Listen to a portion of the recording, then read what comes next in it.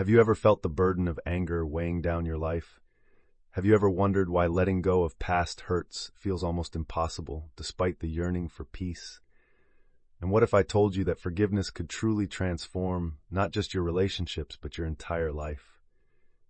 Today, we are diving deep into an ancient story from the book of Genesis that reveals the profound power of forgiveness and reconciliation, an insight that is as relevant today as it was thousands of years ago. Picture this: Jacob's beloved son Joseph, sold into slavery by his own brothers out of jealousy. Yet, after years of trials and triumphs, he rises to become the powerful governor of Egypt. This is where we enter our pivotal scene, Genesis 45:11-15. Joseph, now in a position to exact revenge, does something truly extraordinary. He chooses forgiveness. But what does forgiveness really mean in this context? And why should it matter to us today? In these verses, Joseph reveals his identity to his brothers, who are overcome with fear and shame, expecting retribution. But Joseph, filled with grace, offers not retribution, but reconciliation. "I will provide for you there," he says, "because 5 years of famine are still to come.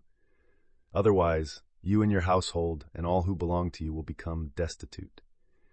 Instead of allowing bitterness to dictate his actions, Joseph embraces a future where love triumphs over hate. Imagine what learning this might unlock in your own heart.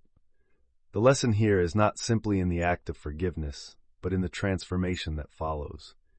Joseph's willingness to forgive not only changes his life, but alters the course of an entire family's future. So, let's pause and reflect. How often do we let past grievances block our path to a promising future? How many of us remain imprisoned by grudges, denying ourselves the peace that comes from release and reconciliation?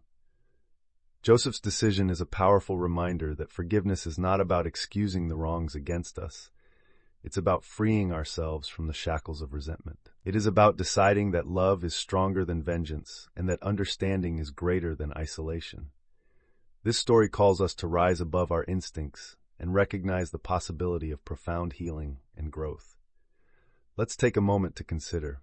If Joseph, who suffered betrayal and slavery, could extend such divine grace, what could we achieve in our own lives with a similar act of forgiveness? How different would our world be if we dared to let go of what holds us back and embraced a brighter path illuminated by mercy and compassion?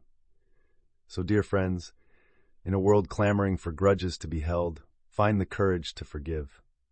Just as Joseph chose reconciliation over retribution, I challenge you to seek out those moments where love could grow, if only we allowed ourselves the grace to let go. As we move forward, keep this lesson close to your heart. When faced with the choice to forgive, remember Joseph's story. Align your spirit with this ancient truth, allowing it to guide your steps toward a more harmonious and fulfilling life.